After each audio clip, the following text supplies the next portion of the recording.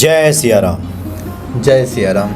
आज की कड़ी में एक बार फिर से हम पितृपक्ष की बात करेंगे और इस विषय पे लगातार हम लोग बातें इसलिए भी कर रहे हैं कि ये ऐसा विषय है जिसको लेकर तमाम तरह की भ्रांतियाँ भी फैली हुई हैं। पितृपक्ष नाम से स्पष्ट है, ये वो समय होता है जब हमारे पितृ, हमारे पूर्वज वो इस धरा पे आ जाते हैं और ये देखने के लिए कि उनके प्रति हमारे मन में कितना आदर भाव है और उनकी जो संततियां हैं, जो पीढ़ियां हैं, किस प्रकार से सत्कर्मों में खुद को लगाए हुए हैं। तो इसलिए बहुत आवश्यक हो जाता है। आज हम लोग पितृपक्ष के कुछ कर्मकांड पे बात करेंगे कि वो कौन से हम कार्य करें, कौन से कार्य नहीं करें और पितृदोष अगर लगता है तो क्यों लगता है, ये सब बताने के लिए हमने आज आमंत्रित किया है पंडित आनंद कुमार तिवारी जी को। स्वागत है आपका। जय सिया राम। जय सिया राम। पंडित जी, आपसे अभी बातें हो रही थी, वैसे पितृपक्ष पे पहले भी बातें हुई हैं अभी इस चैनल पे जी, लेकिन आज आपसे आग्रह था कि क्यों ना हम लोग कुछ कर्मकांड किससे बात करें कि जो लोग भी अपने पितरों को पिंडदान देना चाहते हैं, तर्पण देना चाहते हैं, उनके प्रति श्रद्धा भाव अर्पित करना चाहते हैं, वो क्या करें। तो पहले आप संक्षेप में बता दें कि पितृपक्ष कब से है, कब तक चलेगा।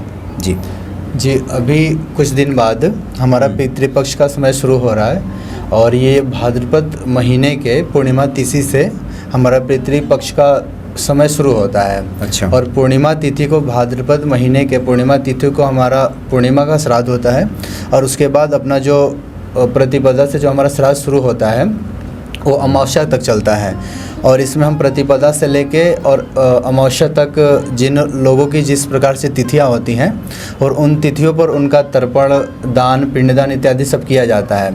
और ये जो हमारा पूर्णिमा का श्राद्ध होता है, पूर्णिमा की तिथि पर अगर किसी की मृत्यु होती है तो पूर्णिमा वाले दिन उनका किया जाता है और बारी बारी से जिनका प्रतिपदा, द्वितीया, तृतीया इत्यादि जिनका जो तिथि निर्धारित होती है पूर्व समय से, उस पर वो लोग अपना तर्पण, पिंडदान इत्यादि ये सब करते हैं। और जो हमारा ये पितृपक्ष है वो 29 सितंबर से शुरू होगा और 14 अक्टूबर तक हमारा चलेगा ये। और पितृपक्ष को हम पितरों का मेला कहते हैं। जो पितृपक्ष का समय होता है वो हम पितृ मेला कहते हैं। 29 सितंबर से 14 अक्टूबर तक समय है ये पितृपक्ष। और ये पितृपक्ष का जो समय होता है, इसमें जो हमारे पूर्वज होते हैं, जो हमारे पितृ होते हैं, वो हमारे घर पे आते हैं और बिना आवाहन किए आते हैं और बिना बुलाए आते हैं। अच्छा। ताकि वो सोचते हैं कि हम चलें, अपने घर वालों से मिले, देखें कि हमारे घर पे हमारे लिए क्या हो रहा। और वो आते हैं, यहाँ देखते हैं कि अगर हम अपने पितरों को खुश करते हैं, समय समय से उनके लिए दान पुण्य भोजन निकालना, गौ को गौग्रास खिलाना, कौवे को रोटी देना, अन्य बहुत सारी चीज़ें हैं, जब वो देखते हैं तो प्रसन्न होते हैं और हमें जाते जाते काफ़ी आशीर्वाद दे के जाते हैं और उससे हम काफ़ी समृद्ध होते हैं। हमें सुख शांति मिलती है, घर में बहुत सुख शांति रहती है, हर प्रकार से हमारे परिवार लोग खुश रहते हैं और निरंतर हमारे व्यापार में, धन में और मकान इत्यादि में वृद्धि होती रहती है।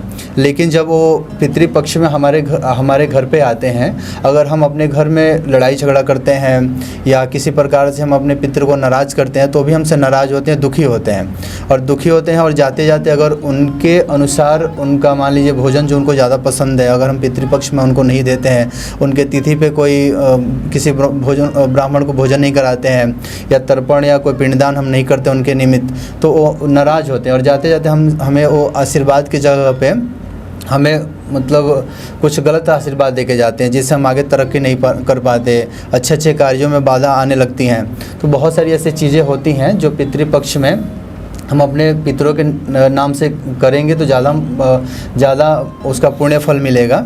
और आने वाले समय में हमें इतना याद रखना है कि जो हमारे पितरों का शुभ तिथि है, शुभ समय है, शुभ दिन है, उसमें हम उनका तर्पण, पिंडदान इत्यादि जो भी उनके। अच्छा, ये बताइए, ये जो तर्पण पिंडदान वगैरह है जी, परिवार का कोई मुखिया करेगा या सब आदमी का, सब लोग? कहा जाता है कि जो बड़ा होता है परिवार का, अगर जैसे किसी के पिताजी की मृत्यु हो जाती है तो कहा जाता है जो बड़ा बेटा होता है वहीं तर्पण, पिंडदान इत्यादि वहीं करेगा। कोई एक आदमी भी करे तो एक आदमी करेगा। अगर वहीं घर में बंटवारा हो जाता है, अगर 4 पुत्र हैं, अगर बंटवारा हो जाता है तो सबको अलग अलग करना चाहिए, ऐसा नियम बताया गया है। और ये है कि हम आपको कुछ ज़रूरी चीज़ें बताते चलते हैं कि हमें पितृपक्ष में क्या करना चाहिए, नहीं करना चाहिए, ताकि इससे हमारे पितृ हमसे नाराज़ ना हो। तो इसका हमें ध्यान रखना है। पितृपक्ष में हमें ये प्रयास करना है कि एक दिया हम अपने घर के अंदर दक्षिण दक्षिण दिशा की तरफ मुँह करके ज़रूर जलाएं।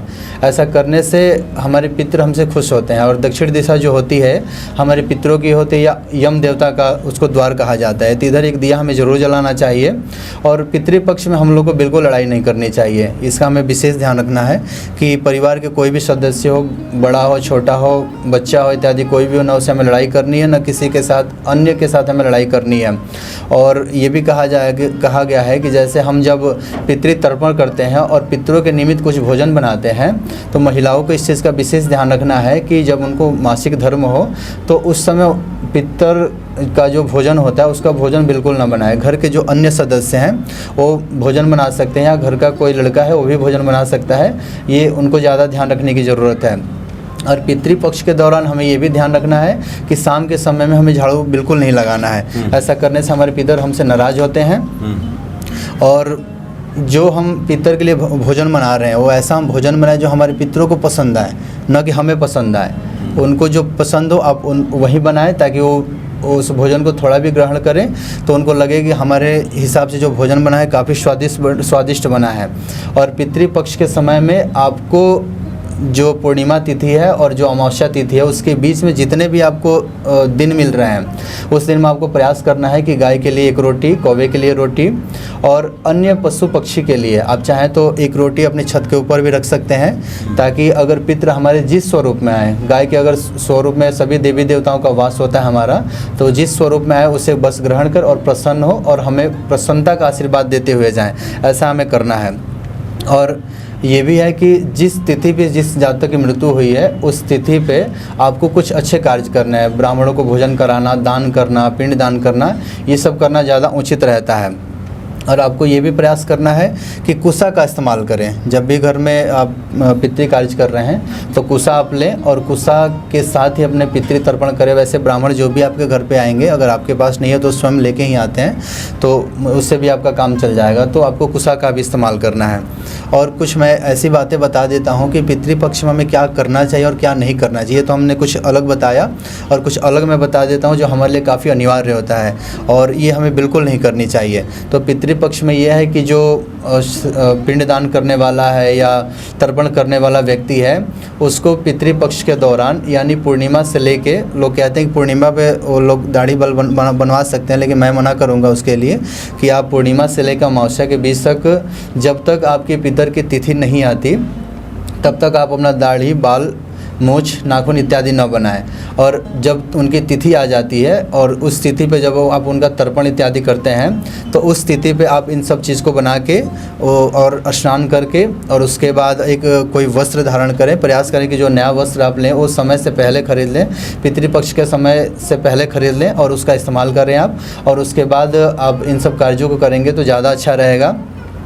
और जो व्यक्ति पितृकर्म करता है उसको तो मतलब अपने तिथि के पहले बाल, नाखून ये सब नहीं कटवाना है। उसके घर में अगर अन्य कोई व्यक्ति है और वो चाहे तो अपना बाल, नाखून ये सब कटवा सकता है, लेकिन वो भी चाहे तो न करे तो ज़्यादा अच्छा रहेगा। और इसके अलावा ये है कि आपको ब्रह्मचर्य का पालन करना है। और ब्रह्मचर्य का पालन करने के साथ साथ आपको मांस, मदिरा और घर में लहसुन प्याज न बने इसका भी आपको ध्यान रखना है। और बासी कार्य भी आपको, बासी भोजन आपको बिल्कुल नहीं करना है। और घर में अगर कोई मांगलिक कार्य अगर आपको करना है तो आप कम से कम इन 15 से 16 दिन के अंदर आपको उसको रोक देना चाहिए। और उसके बाद जो शुभ मुहूर्त आएगा आप उसमें उस चीज़ को कर सकते हैं। अब बात ये आती है कि पितृदोष क्यों लगता है। बहुत सारे ऐसे लोग हैं जो कहते हैं, फ़ोन करके हमें भी कहते हैं कि क्या पंडित जी हमारी कुंडली में आप बता सकते हैं कि पितृदोष है क्या। तो मैं उनको बताना चाहूँगा कि कुंडली में तो ऐसे दोष बहुत सारे होते हैं, लेकिन पितृदोष जो होता है वो काफ़ी हानिकारक दोष होता है। और इसका प्रभाव ऐसा होता है कि हम आगे बहुत सारे कार्य जो करना चाहते हैं वो बिल्कुल नहीं कर पाते हैं। हम सोचते कुछ और है और 99 पे जाते हैं और वहाँ जाके बिल्कुल रुक जाते हैं और 0 पे आ जाते हैं। ऐसा हमारे पितृदोष के कारण ही होता है। और ये माना गया है कि जब हम अपने पूर्वजों को परेशान करते हैं, यानी कि पितृ तर्पण हम बढ़िया नहीं करते हैं, पिंडदान बढ़िया से नहीं करते हैं, या जब उनका हमने शुरुआत के समय में श्राद्ध किया था, अगर हम किसी बढ़िया और योग्य पंडित से या ब्राह्मण से नहीं करवाए होंगे उनका श्राद्ध, तो निश्चित रूप से ये एक पितृदोष का कारण बन जाता है। तो हमें इन सब चीज़ों का ध्यान रखना है कि पितृदोष जो लगता है वो क्यों लगता है। तो अगर हम अपने गुरु की इंसल्ट करेंगे, अपमान करेंगे, माता पिता का इंसल्ट करेंगे, अपमान करेंगे, या हमसे जो बड़े लोग हैं यानी जो हमारे ब्राह्मण हैं, पूजनीय लोग हैं, हमसे उम्र में जो बड़े हैं, या हमारे परिवार के हों या किसी अन्य परिवार के हों, हमें भी उनका रेस्पेक्ट करना चाहिए। अगर हम उनकी निंदा करते हैं, उनकी बुराई करते हैं, तो निश्चित है कि हमें इसका पितृदोष लगता है। और बहुत लोग इस चीज़ को नहीं मानते, लेकिन मैं बताना चाहूँगा कि ऐसा उनको बिल्कुल नहीं करना चाहिए।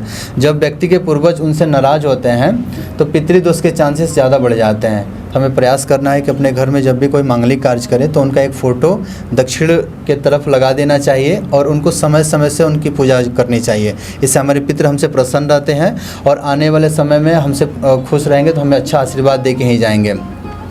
और आपने देखा होगा कि बहुत सारे लोग ऐसे हैं कि घर में बहुत मांगलिक पेड़ जो होते हैं, अशोक का पेड़ हो गया, पीपल का पेड़ हो गया, नीम का पेड़ हो गया, अन्य बहुत सारे मांगलिक हमारे पेड़ पौधे होते हैं, उसको क्या करते हैं कि बिना वजह काट देते हैं। मैं उनको काटने की सलाह बिल्कुल नहीं दूंगा। वो क्या करें कि किसी अन्य से उस पेड़ को वहाँ से निकलवाने का प्रयास करें और उस पेड़ को किसी शुभ स्थान पर ले आकर स्थापित करा दें, यानी कि ज़मीन के अंदर गाड़ दें उसको, तो वो ज़्यादा फलदायी उनके लिए होगा। अगर वो क्या करते हैं कि अब इस पेड़ को कटवा देंगे तो ये भी पितृदोष का एक लक्षण बन जाता है। तो ये भी कार्य उनको बिल्कुल नहीं करना है। और आपने देखा होगा कि बहुत सारे धार्मिक कार्य जो होते हैं उसमें बहुत लोग जाते हैं और वहाँ जब प्रसाद का वितरण होता है, भोजन का वितरण होता है या मंदिर पे किसी चीज़ का वितरण होता है, तो वो उसको देखते हुए डायरेक्ट कहते हैं कि नहीं नहीं नहीं, हम नहीं खाएंगे, हम प्रसाद बिल्कुल नहीं खाते। इससे भी आपको पितृदोष लगता है। आप प्रयास करें कि जो प्रसाद है, प्रसाद ग्रहण करें, और भगवान का प्रसाद होता है, उसमें कोई बुराई और दोष नहीं होता है। उसमें समझिए कि स्वयं विष्णु भगवान का वास होता है उस प्रसाद में, तो आप उसको ग्रहण करें, उससे आपको लाभ मिलेगा। अगर आप उसकी अवहेलना करते हैं, अपमान करते हैं उस प्रसाद का, तो निश्चित है कि ये भी एक पितृदोष का कारण होता है। किसी भिखारी का, किसी जानवर का, किसी बेजुबान का, किसी गरीब व्यक्ति का अगर आप अपमान करते हैं और आप उनसे काम करा लेते हैं, उनको उचित दक्षिणा नहीं देते हैं, तो और बार बार आप उनको अपमानित करते रहते हैं, तो ये भी एक पितृदोष का प्रबल कारक होता है। आपको इन सब चीज़ों पे ज़्यादा ध्यान रखना है। अगर आप इन सब चीज़ों पे ध्यान रखते हैं तो पितृदोष के जो कारण है वो बहुत कम हो जाते हैं, नहीं लगते हैं। पितृदोष का जो प्रभाव और लक्षण है, मैं आपसे उसको चर्चा करता हूँ। और इसमें हमने देखा है कि जो पितृदोष से सताए गए लोग होते हैं उनको अक्सर परेशानियों का ज़्यादा सामना करना पड़ता है। वो समय रहते किसी कार्य को करना चाहते हैं और करते करते करते जाते हैं, बहुत मेहनत करते हैं, लेकिन उनको 100% न मिलने के बजाय 50% का रिजल्ट मिलता है। ऐसा हमारे पितृदोष के कारण ही होता है। काफ़ी मेहनत कर रहे हैं, धन का आगम हो रहा है, लेकिन धन का आगम बीच में रुक जा रहा है। कोई प्रॉपर्टी लेने की सोच रहे हैं, प्रॉपर्टी की हर बात कर ले रहे हैं, लेकिन उनका काम नहीं बन रहा है। पढ़ाई में वो बहुत तेज है, बहुत मन लगाते हैं, लेकिन जब एग्ज़ाम देने जाते हैं उसी दिन पता चलता है कि कोई रास्ते में व्यवधान आ गया या वहाँ जाने पर उनको कोई परेशानी हो गई, पेट दर्द हो गया इत्यादि किसी प्रकार की परेशानी हो गई, तो उनका रिजल्ट बढ़िया नहीं आया, उन्होंने बढ़िया से एग्ज़ाम नहीं दिया। तो ये भी एक पितृदोष का कारण होता है। और आपने देखा होगा कि हमारा काम बनते बनते बिगड़ जाता है। व्यापार में जो हम व्यापार कर रहे होते हैं पहले बहुत अच्छा चलता है, लेकिन जब हम अपने पितरों को भूल जाते हैं तो एकाएक आपने देखा होगा कि 2-4 साल के बाद से उनका व्यापार भी काफ़ी ठप हो जाता है। तो ये भी पितृदोष का कारण बनता है। आपने ये भी देखा होगा कि हम अपने घर पे बहुत मांगलिक कार्य करते हैं, शुभ कार्य करते हैं, लेकिन कार्य करते करते इसमें हम एक विवाह लेंगे।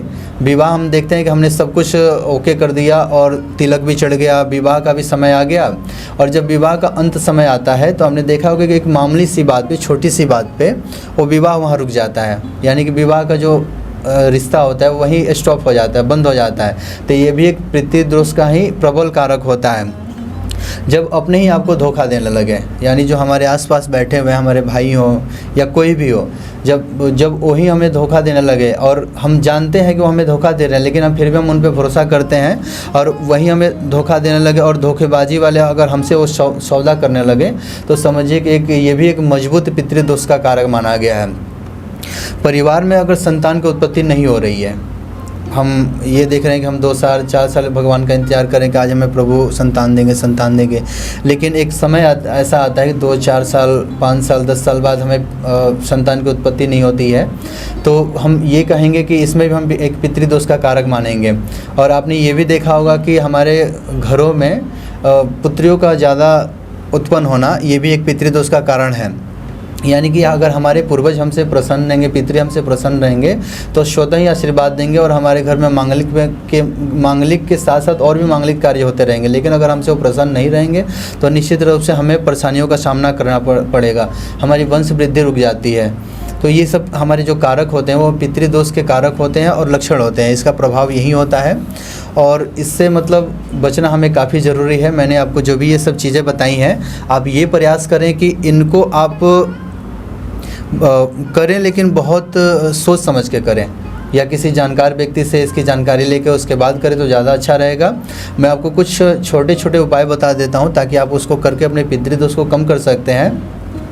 तो सबसे बड़ी बात है कि जब आप कभी भी कोई भी पिंडदान कर रहे हैं, तर्पण करें पितृपक्ष में, या कोई भी आप मतलब जैसे त्रिपिंडी श्राद्ध होता है और एक नारायण बलि का श्राद्ध होता है, यानी बहुत सारी चीज़ें होती हैं। जब भी आप करें तो एक योग्य ब्राह्मण से, योग्य पंडित से आप इन सब चीज़ों को कराएं तो ज़्यादा अच्छा रहेगा। और आप ये प्रयास करें कि पूरे पितृपक्ष में आपको एक रोटी गाय को, एक रोटी कौवे को और एक रोटी आप अपने छत के ऊपर रखें। और वो अन्य पशु पक्षियों के लिए जैसे चिड़िया हो गई, वो भी इन सब चीज़ों को भक्षण कर सकती हैं। तो आपको ये पूरे पितृपक्ष में करना है। आप चाहें तो कुत्ते को दूध रोटी खिला सकते हैं, दूध में ब्रेड डाल के आप खिला सकते हैं, बिस्किट डाल के खिला सकते हैं, लेकिन आपको पूरे पितृपक्ष में करना ज़्यादा बढ़िया रहेगा। पीपल पर आपको तिल मिश्रित जल चढ़ाना है, काले तिल आप उसमें मिला के पीपल के पेड़ में चढ़ाएं। आप चाहें तो उसमें दूध भी मिला सकते हैं और आप ये पूजा करें तो ज़्यादा अच्छा रहेगा। उसके बाद शाम के समय में आपको प्रयास करना है कि एक तिल का दिया जलाना है आपको, और आप पीपल के नीचे शाम के समय में जो हमारा संध्या काल होता है उसमें आप तिल का दिया जलाएं तो अच्छा रहेगा। और श्रीमद् भागवत के अध्याय में एक गजेंद्र मोक्ष का पाठ आता है। आप पितृपक्ष के दौरान आप इन पाठों को भी करके काफ़ी लाभान्वित हो सकते हैं और अपने पितरों को प्रसन्न कर सकते हैं। और एक पितृ गायत्री मंत्र होता है। हम ये कहेंगे यहाँ पे कि बहुत सारे लोग हैं जो ऑफिशियल लोग होते हैं, बहुत सारे कार्य करते रहते हैं, उनके पास उतना समय नहीं होता कि इन सभी कार्यों को कर सके, लेकिन प्रयास वो करें कि कुछ ना कुछ तो ज़रूर करें। आप चाहें तो एक माला पितृ गायत्री मंत्र का कर सकते हैं। अगर आप नहीं कर पा रहे हैं तो किसी योग्य ब्राह्मण से घर पे या मंदिर पे बुला के आप इस गायत्री मंत्र का जाप करा सकते हैं, जिससे आपको काफ़ी लाभ मिले। और जिस तिथि पर जिसका निधन हुआ है उसी तिथि पे आप उनका श्राद्ध करें, ज़्यादा बढ़िया रहेगा। अगर मान लीजिए कोई बहुत पहले जिनकी डेथ हो गई है, आपको तिथि पता नहीं हो और अन्य कुछ समय आपको पता हो, साल पता हो, महीना पता हो, कुछ दिन पता हो, तो आप ब्राह्मण को बता के, और वो ब्राह्मण के पास एक 100 साल का पंचांग होता है, उसमें वो देख के आपको बता देंगे कि इनकी तिथि कौन सी पड़ रही है, उस तिथि पर आप उनका श्राद्ध करें। और जो भूले बिसरे हमारे जैसे बहुत सारे ऐसे लोग होते हैं जिनको कोई तिथि पता नहीं होती है, उनको हर प्रकार से भूल चुके होते हैं कि हम कैसे करें, तो वो लोग अमावस्या के तिथि पे सबका तर्पण कर सकते हैं, पिंडदान कर सकते हैं, दान इत्यादि कर सकते हैं, वो भी बढ़िया रहेगा। और सोमवार को व्रत कर सकते हैं आप लोग, और सोमवार को व्रत करके और ब्राह्मणों को भोजन कराएं, गरीबों को भोजन कराएं। इससे भी आपके जो पितृदोष हैं उसका भी लक्षण बहुत कम होगा। मंगलवार को आप हनुमान जी को चोला भी चढ़ा सकते हैं और इससे भी हनुमान जी कृपा आप लोगों के ऊपर बरसेगी और पितृदोष जो भी है आपके कुंडली में वो भी कम होगा। और गौ माता को आप आटा की गोली बना के, छोटी छोटी आटा की गोली बना के आप 11 दिन तक उनको खिलाएंगे तो पितृदोष में ये भी लाभ मिलेगा आपको।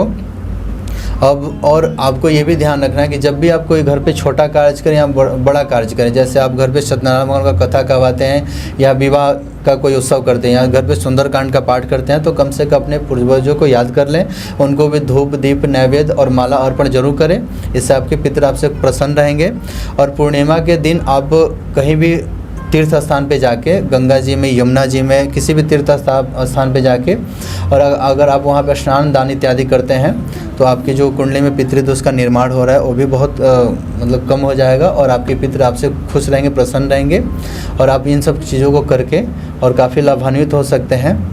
और हम भी मतलब इन सब चीज़ों को अपने मंदिर पे कराते हैं। जो भक्त हमसे जुड़ना चाहें वो जुड़ सकता है और अपनी सभी कार्यों को करा सकता है। तो पंडित जी ने काफ़ी विस्तार से सब बातें बता दी हैं। लक्षण क्या है, इसका उपाय क्या है, किन किन बातों से अब बचें जिससे कि ये पितृदोष न लगे। और स्वाभाविक सी बात है, जो हमारे पितृ हैं उनके प्रति हमारा कर्तव्य बनता है कि उनको श्रद्धा सुमन अर्पित करें, उनके प्रति हमारा भाव अच्छा हो तो निश्चित ही आपके जीवन में कल्याण होता है, जीवन मंगलमय होता है। बहुत बहुत धन्यवाद आपका। जय सिया राम। जय सिया राम।